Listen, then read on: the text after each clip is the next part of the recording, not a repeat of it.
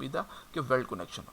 अभी तक मैं बात कर रहा हूँ बोल्ट कनेक्शन की। तो बोल्ट कनेक्शन के लिए क्या करना पड़ेगा कि मुझे अगर let's say if I am given with bolt से रिलेटेड 3 से 4 तरह के होल्स होते हैं, ठीक है, एंड टाइप्स हैं different. So STD stands for standard hole, O is the abbreviation for the oversized hole, short slotted hole and long slotted hole. अब क्या हुआ कि अगर लेट्स से अगर मेरे पास बोल्ट का डाया है हाफ इंचेस, अगर ये मेरे पास बोल्ट है और उसका डाया है हाफ इंचेस और मुझे ड्रिल करना है, तो मुझे होल का डाया कितना चाहिए होगा, होल का डाया कितना करना होगा to drill the hole of bolt, to drill the bolt जो हमने मेरे हाफ इंच का मैंने जो बोल्ट ड्रिल करना है, उसके लिए क्या कर रहा हूँ, इफ़ स्टैंडर्ड टाइप होल अगर मुझे ड्रिल करना है तो क्या होगा कि अगर मेरे पास जो डाया है बोल्ट का उसमें एडिशनल 1/16 इंचेस ऐड कर देना है उस डाया में, और उस डाया का मुझे होल ड्रिल करना है। Is that clear? Next thing would be कि अगर मुझे डाया है let's say half inch bolt है और मुझे जो होल ड्रिल करना है अगर over size whole type drill करना है, तो फिर मुझे क्या करना पड़ेगा, उस बोल्ट के डाया में 3/16 इंचेस ऐड करूँगा और फिर उस हिसाब से मैं होल ड्रिल करूँगा। Same goes for the short slotted hole, कि शॉर्ट स्लॉटेड होल में क्या हो जाएगा, एक लेंथ हो जाएगी, लेंथ ऑफ द होल, और एक विड्थ ऑफ द होल आ जाएगी। लेंथ ऑफ द होल के लिए क्या करना पड़ेगा, dia of the bolt plus 1/4 inches, that would be the length of the hole, and width of the hole के लिए क्या है, डाया प्लस 1/16, सही हो गया। So that is the short slotted hole. And long slotted hole के लिए then again it goes with the 2.5 times dia plus 1.6 inch, सही होगा। इसको ज़्यादा इजीली ये बताया हुआ मेंशन किया हो गया, अगर बोल्ट का डाया इतना होगा तो अगर if bolt dia is this much so you need to drill the hole of, अगर स्टैंडर्ड होल ड्रिल करना है तो ये डायमेंशन रखनी है, and goes for over size and short slotted and long slotted hole. और आपको इधर क्लियरली नजर भी आ रहा है, ठीक है। So this is the standard hole dia, long slotted, short slotted, and you have seen this practical examples in practical life. अक्सर डोर्स में आपको इस किस्म के कनेक्शंस नज़र आ रहे होते हैं, ठीक है। सो और स्टील मेंबर्स में आपको इसी तरीके से कनेक्शन नज़र आ रहे होते हैं। So here the first of the example, जो पहली एग्जांपल आएगी टेंशन मेंबर्स की। So we should start with going कि हमारे पास क्या है, a half 1/2/5 inch plate of A36 steel is used as a tension member. I would read the statement first and then मैं उसको break down करूँगा, then we're gonna go to the solution. So हमारे पास एक plate है, half 1/2 multiplied by 5 plate of A36 steel is used as a tension member. Tension member के तौर पे use हो रही है. It is connected to a gusset plate with 4 5/8 inch dia bolts as shown on the figure. वो एक gusset plate के साथ उसका connection हुआ पड़ा है. Assume that the effective net area equals the actual net area. ठीक है, वो ये कहना चाह रहा है कि जितना नेट एरिया है दैट इज़, और इफेक्टिव एरिया भी उतना ही है, मतलब शीयर लाइफ फैक्टर इसमें हम 1 ही ले रहेंगे। So net area is equal to effective net area. And अगली जो एग्जांपल होंगे उसमें हमें खुद कैलकुलेट करना पड़ेगा, और वो कैसे कैलकुलेट करना पड़ेगा वो मैं आपको इन चलता नेक्स्ट प्रोसीजर में बताऊंगा। बट टिल नाउ आपको ये देखना है कि जितना इफेक्टिव एरिया उतना नेट एरिया। तो आपने क्या फाइंड आउट करनी है, डिज़ाइन स्ट्रेंथ आपने फाइंड करनी है for LRFD, and allowable strength find करनी है AST। That means the same, ठीक है। स्ट्रेंथ उसी तरीके से फाइंड करनी है जैसे मैं आपको प्रीवियसली बता चुका हूँ। मैंने आपको बताया था कि फॉर LRFD हम टर्म यूज़ करते हैं design strength, and for ASD हम यूज़ करते हैं टर्म अलाउबल स्ट्रेंथ, ठीक होगा। तो अगर मैं देखूं कि एक प्लेट है और उसको कनेक्ट किया हुआ है गजेट प्लेट के साथ, और किस से कनेक्ट किया हुआ है, बोल्ट्स हैं, और बोल्ट्स कौन से हैं, 5/8 इंच उनका डाया दिया हुआ है बोल्ट्स का, ठीक है। और स्टील कौन सी है प्लेट की, प्लेट का जो स्टील यूज़ हो रहा है that is A36 steel. A36 steel के बारे में भी मैं आपको अगली स्लाइड में बताता हूँ। तो सबसे पहले क्या करना है, मुझे डिज़ाइन स्ट्रेंथ फाइंड करनी है। अब डिज़ाइन स्ट्रेंथ फॉर LRFD क्या हो जाएगी, डिज़ाइन स्ट्रेंथ फॉर शील्डिंग होगी and design strength for fracture होगी। तो ये जैसे दो ही पढ़ चुके हैं ना, तो पहले हम LRFD को देखते हैं। अब मुझे अगर डिज़ाइन स्ट्रेंथ फॉर यील्डिंग के लिए क्या था फार्मूला, FY/AG। तो सबसे पहले क्या मुझे फाइंड आउट करना है, पहले तो ग्रॉस एरिया और यील्डिंग स्ट्रेंथ फाइंड आउट करनी है। सो पहला स्टेप क्या, ग्रॉस एरिया। ग्रॉस एरिया किस चीज़ का, इस प्लेट का। अब इस प्लेट का ग्रॉस एरिया फाइंड करने के लिए क्या करना पड़ेगा कि मेरे पास ये एक प्लेट है। If I clearly look at the name of this plate, तो मुझे इस प्लेट से क्या पता चल रहा है, what is half multiply by 5। Half क्या है इस प्लेट की थिकनेस, और 5 क्या है विड्थ। हाफ मतलब हाफ इंच उसकी थिकनेस है उस प्लेट की, और जैसे क्रॉस सेक्शन में नज़र आ रहा है, and 5 is the width of the plate, 5 inch is the width of the plate. तो अगर मुझे इसका ग्रॉस एरिया फाइंड करना है तो मैं क्या करूँगा, half multiply by 5। So gross area 5 multiply by half that is 2.5 inch के। सो मेरे पास उस प्लेट का ग्रॉस एरिया आ गया। अब बस मैं प्लेट के ग्रॉस एरिया को उसकी यील्डिंग स्ट्रेंथ से मल्टीप्लाई करूँगा तो मेरे पास आ जाएगी नॉमिनल स्ट्रेंथ इन यील्डिंग आ जाएगी। अब यील्डिंग स्ट्रेंथ क्या आ जाएगी, ये जो A36 स्टील है, A36 स्टील का मतलब क्या है कि 36 क्या डोनेट कर रहा है, 36 इज़ द यील्डिंग स्ट्रेंथ, 36 मतलब 36 KSI, मतलब 36,000 PSI इसकी क्या है, यील्डिंग स्ट्रेंथ है। याद रखिएगा, आपको वैसे याद हो जाना चाहिए कि A36 स्टील की जो यील्डिंग स्ट्रेंथ है दैट इज़ 36 KSI, और इसकी अल्टीमेट जो स्ट्रेंथ होती है FU जो होती है वो दैट इज़ 58 KSI। ठीक है, मैं आपको डिज़ाइन नोट्स दूंगा, उसमें ये लिखा भी होगा, क्लियरली मेंशन होगा। ठीक है, सो Fy is the yielding strength that is 36 KSI, ये होता है स्टैंडर्ड है। ठीक है, और उसको मैं जब मैं ग्रॉस एरिया से मल्टीप्लाई करूँगा तो मेरे पास नॉमिनल स्ट्रेंथ इन यील्डिंग आ जाएगी दैट इज़ 90 किप्स। क्लियर हो गया। अब मुझे nominal strength in fracture find करनी है कि फॉर द फ्रैक्चर क्या करना है। तो फ्रैक्चर के लिए क्या चाहिए होगा, मेरे पास ग्रॉस एरिया है, मुझे पहले चाहिए नेट एरिया, ग्रॉस एरिया से निकालूंगा नेट एरिया, और नेट एरिया से फिर effective area, effective net area निकालूंगा। सो ग्रॉस एरिया से नेट एरिया निकालने के लिए मुझे एरिया ऑफ होल्स माइनस करने हैं। ठीक है, अब एरिया ऑफ होल्स क्या, और कितने होल्स, 4 होल्स माइनस करना है या 2 होल्स का माइनस करना है। अब चांसेस क्या, फ्रैक्चर कैसे हो सकता है, मैं अगर इस प्लेट को इधर पुल करूँ तो देर आर चांसेस, क्या चांस है कि इधर से क्रैक डेवलप हो, इधर से इस प्लेट में क्रैक डेवलप और फेल हो जाए और टूट जाए, ये वैसा। ये चांसेस क्या है कि ये रीजन क्रिटिकल है कि इधर से क्रैक डेवलप होना शुरू हो जाए क्योंकि यहाँ पे होल्स हैं, और इधर से क्रैक डेवलप हो, इनिशिएट हो, और यहाँ से प्रोसेस्ड हो, और ये ऐसा कट हो जाए और ये प्लेट अलग हो जाए।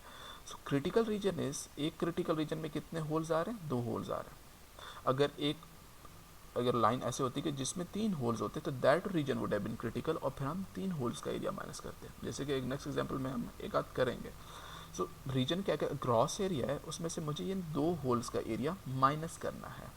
ठीक है, तब मेरे पास नेट एरिया बचेगा। अब याद रखिएगा मुझे होल्स का एरिया माइनस करना है। ठीक है, अब होल का एरिया फाइंड आउट करने के लिए मुझे पहले होल का डाया पता करना है, और होल का डाया के लिए क्या चाहिए, मुझे बोल्ट का डाया पता होना चाहिए।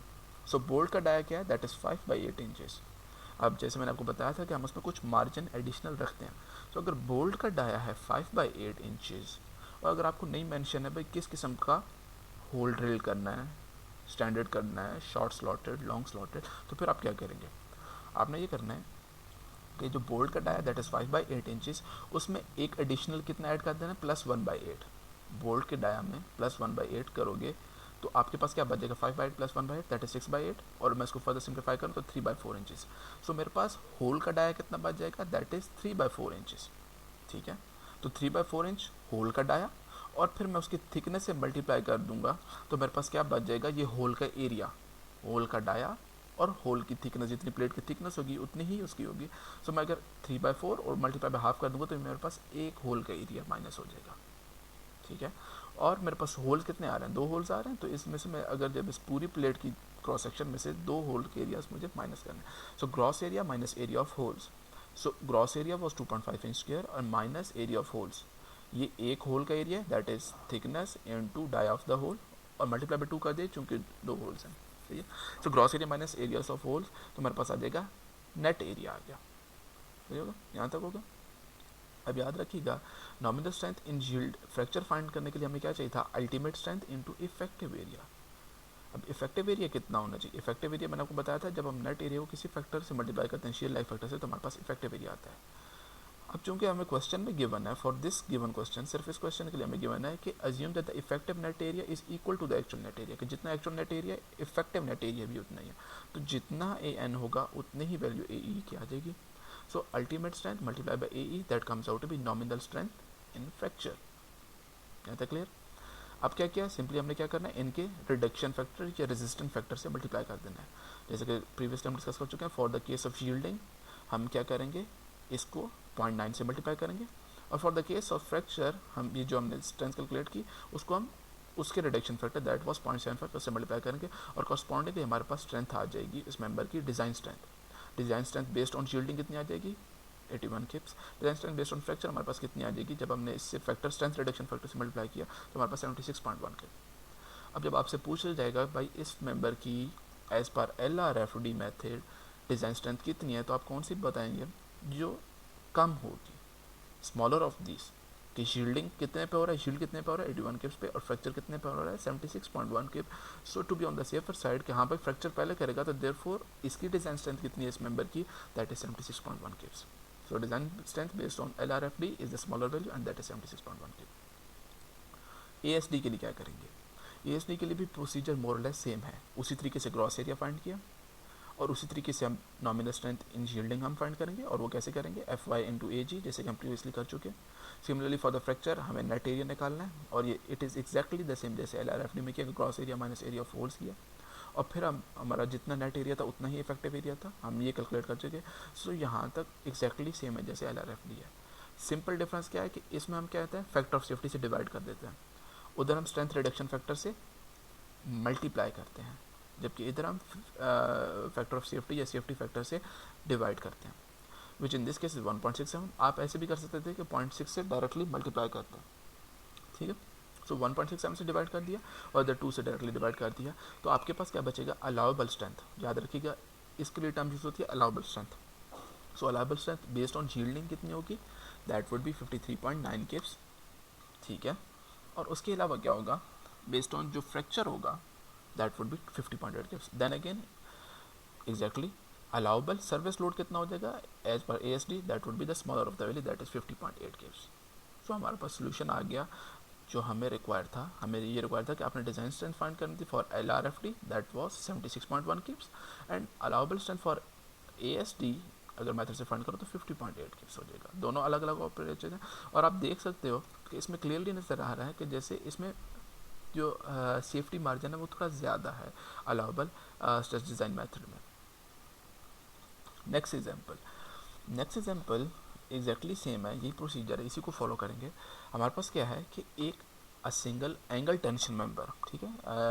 As discussed in the class हमारे पास जो स्टील सेक्शन होते हैं डिफरेंट शेप्स के होते हैं. दैट वाज एंगल सेक्शन होते हैं, हम इसको L शेप में भी बोल सकते हैं.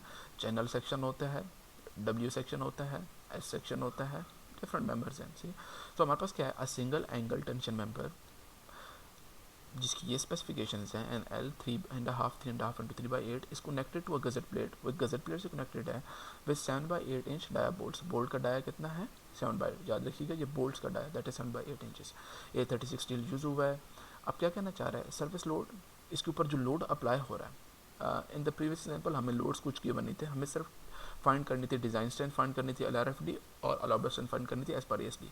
बट यहाँ से क्या रिक्वायर कर रहा है कि भाई इतना लोड आ रहा है, this much is the dead load, this much is the live load 15 kips, और kindly investigate करें कि whether this member is safe as per AISC specification. In specification AISC stands for American Institute of Steel Construction, ठीक है. इनका एक manual है और वो स्पेसिफाई करता है कि व्हाट कोई भी एक स्टील स्ट्रक्चर है उसको डिज़ाइन करना है तो क्या क्या स्पेसिफिकेशन है, मेंबर्स की प्रॉपर्टीज़ क्या हैं, ये सारा कुछ है.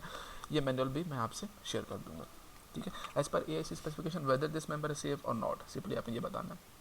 और आपको ये बता दिया है कि जो आपका net area, effective net area है, वो एक्चुअल नेट एरिया कितना है? 85% है, ठीक है. अच्छा, और देन अगेन दोनों मेथड से आपने बताना है कि LRFD और ASD. तो सबसे पहले अगर कनेक्शन देख लें, हमारे पास क्या है कि एक एंगल सेक्शन है और वो कनेक्ट हुई पड़ी है एक गज़ेट प्लेट के साथ. अब एंगल का नेम क्या है? 3.5 एंड 3/8. तो सबसे पहले तो मुझे ये समझने की ज़रूरत है कि व्हाट इज़ 3.5 एंड 3/8, ठीक है. इसमें L स्टैंड्स फॉर उसकी शेप है एंगल सेक्शन, जैसे कि आपको ये नज़र आ रहा है, ठीक है. And that is connected to the जैसे क्रॉस सेक्शन में नज़र आ रहा है कि बोल्ट से एक हुआ पड़ा, ठीक है. अब इसमें 3.5 क्या है? ये इसकी एक लेग की डायमेंशन है. एक लेग की डायमेंशन कितनी है कि 3.5 इंचेस. 3.5 अनदर वन, इधर से लेकर इधर तक की जो डायमेंशन है दैट इज़ 3.5 इंचेस. इसकी जो यहाँ से लेकर यहाँ तक जो लेंथ है 3.5 इंचेस, यहाँ से लेकर यहाँ तक जो इसकी लेंथ है 3.5 इंचेस. और 3/8 क्या है? 3/8 क्या है? इसकी जो लेग्स की थिकनेस है, इस लेग की थिकनेस कितनी है? 3/8 इंच. 3/8 इंच. तो ये एंगल सेक्शन है और इसको कनेक्ट किया हुआ हमने इस गज़ेट प्लेट के साथ, और किसकी मदद से किया? ये बोल्ट के साथ हो गया, ठीक है. सो ये आपको ये नज़र आ रहा है. अब फर्स्ट ऑफ ऑल फिर से देन अगेन अगर मुझे नॉमिनल स्ट्रेंथ फाइंड करनी है इन यील्डिंग तो मुझे क्या चाहिए था? FY इंटू AG, ठीक है. FY तो मुझे पता चल गया. FY क्या होती है? A36 स्टील है तो उसके लिए कितना है? 36 KSI. अब ग्रॉस एरिया कैसे फाइंड करेंगे? प्रीवियसली क्या था? प्लेट मेंबर था, तो प्लेट मेंबर के लिए तो मेरे पास डायरेक्टली मैं फाइंड कर सकता था. प्लेट की विड्थ थी और प्लेट की थिकनेस से मल्टीप्लाई कर दिया था तो हमारे पास ग्रॉस एरिया आ गया. अब एंगल सेक्शन का एरिया फाइंड आउट करने के लिए चूंकि हमारे पास यहाँ से लेकर यहाँ तक और फिर यहाँ से लेकर यहाँ तक मैनुअल भी कर सकते हैं, बट ज़्यादा इजी क्या है कि